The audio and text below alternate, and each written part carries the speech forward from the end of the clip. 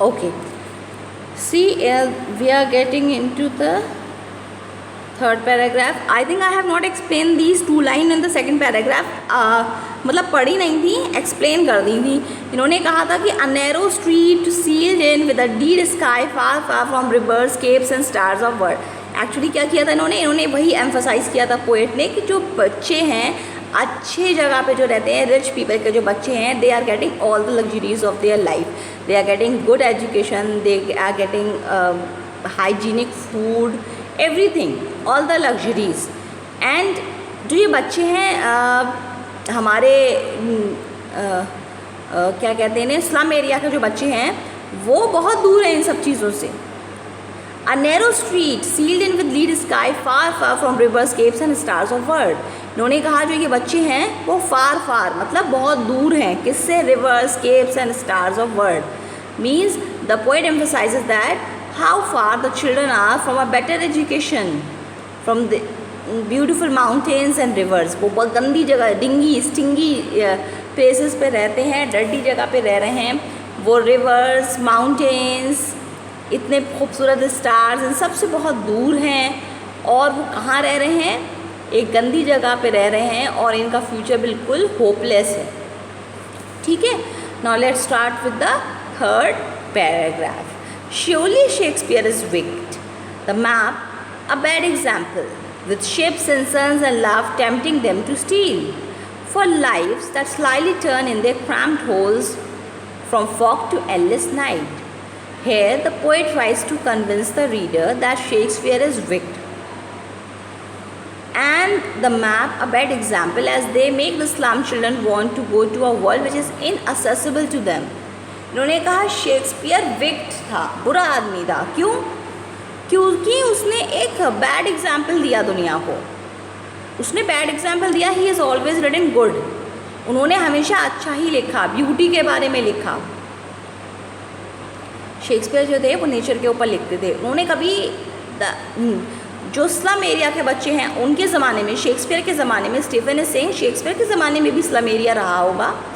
Shakespeare के ज़माने में भी बच्चों के साथ एक्सप्लॉयटेशन होता होगा, पुअर के साथ. लेकिन उन्होंने कभी पुअर पीपल के बारे में क्यों नहीं लिखा?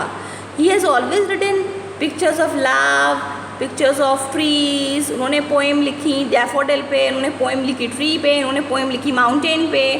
हमेशा अच्छी अच्छी पिक्चर शो करी दुनिया को कि आज भी उनके इतने सालों के मरने के बाद अगर हम शेक्सपियर की पोएम पढ़ेंगे तो हम ब्यूटी के बारे में, हम नेचर के बारे में ही पढ़ेंगे. हम क्यों नहीं पढ़ते कि उस ज़माने में भी स्लम एरिया रहता होगा. That's why poet Stephen is saying Shakespeare wicked. उन्होंने एक बैड एग्जाम्पल दिया. ठीक है. और साथ ही साथ उन्होंने जो बच्चे थे स्लम एरिया को, उन्होंने भी तो शेक्सपियर की पोएम पढ़ते होंगे.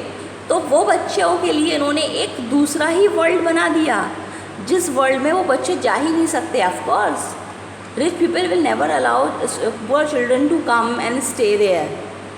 ठीक है. वो उन्हें लगेगा अरे ये गंदे हैं, भागो भागो यहाँ से, ये कह देंगे. तो शेक्सपियर ने उन बच्चों के लिए एक अलग ही दुनिया का पिक्चर बता दी जो कि इनअसेसिबल है, जो कि बच्चे वहाँ पर जा ही नहीं सकते. ठीक है. The picture of love, ships and bright sun tempt the children to steal so that they can escape the world they are living in and start a new life. However, they do not even realize when a new day begins, as they live in the unclear world and always surrounded by darkness. इन्होंने ये कहा कि इन बच्चों की जो life है slightly turn, slightly मतलब खामोशी से, जासूसी को कहते हैं स्लाई, जासूस को. इन्होंने कहा slyly turn in the cramped hole, मतलब इन बच्चों की जो स्लम एरिया के बच्चे हैं वो वहाँ पैदा होते हैं, क्रैम्प्ड होल्स में ही रहते हैं. और उनका फ्यूचर कैसा है, from fog to endless night, मतलब कभी भी ना ख़त्म होने वाली रात. और वो है कैसी, धुंधली. मीन्स इनका फ्यूचर जो है बिल्कुल क्लियर नहीं है. They do not even realise when a new day begins, as they live in an unclear world and are always surrounded by darkness.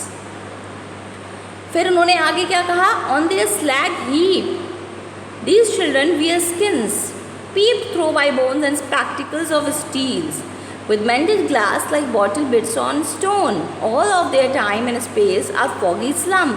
So blot their maps with the slum as big as doom. इन्होंने कहा कि उनकी bodies जो हैं वो बहुत thin है, इतनी थिन है as if their bones are peeping out of their skin. इतनी थिन है, ऐसा लग रहा है जैसे उनकी बोन्स जो हैं स्किन से बाहर निकल जाएंगी। And they see the world through broken glass and this haven different version of the world. वो क्या करते हैं, इसमें क्या लिखा है, spectacles of steel with mended glass. उन्होंने एक चश्मा है, उनका चश्मा, नज़रिया जो है, नज़रिए को कहते हैं चश्मा। उन्होंने आँखों पे जो चश्मा लगा हुआ है वो उनको एक अलग ही दुनिया दिखा रही है। उन्होंने कहा उनका चश्मा जो है वो स्टील का है और उस पर जो ग्लासेस होते हैं चश्मे में वो टूटे हुए हैं। उन्होंने कहा उनका जो चश्मा है वो उन्हें दुनिया की एक अलग ही पिक्चर दिखा रही है, क्योंकि उनको तो कुछ नहीं मिल रहा है। अगर हम जो बच्चे खाना भी सही से नहीं खा पा रहे हैं, पेट भर के खाना नहीं खा पा रहे हैं, उनको क्या पता कि एंड्रॉयड फ़ोन क्या होता है, ठीक है।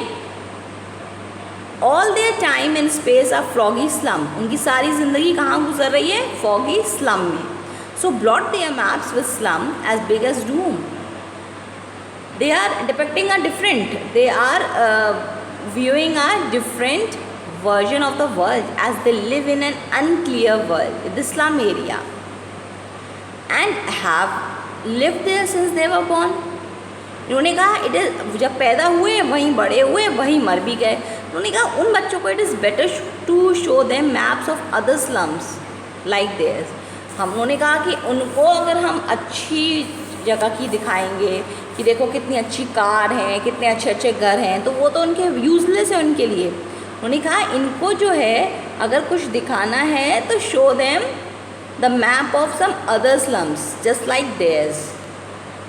ठीक है, ओके फाइन।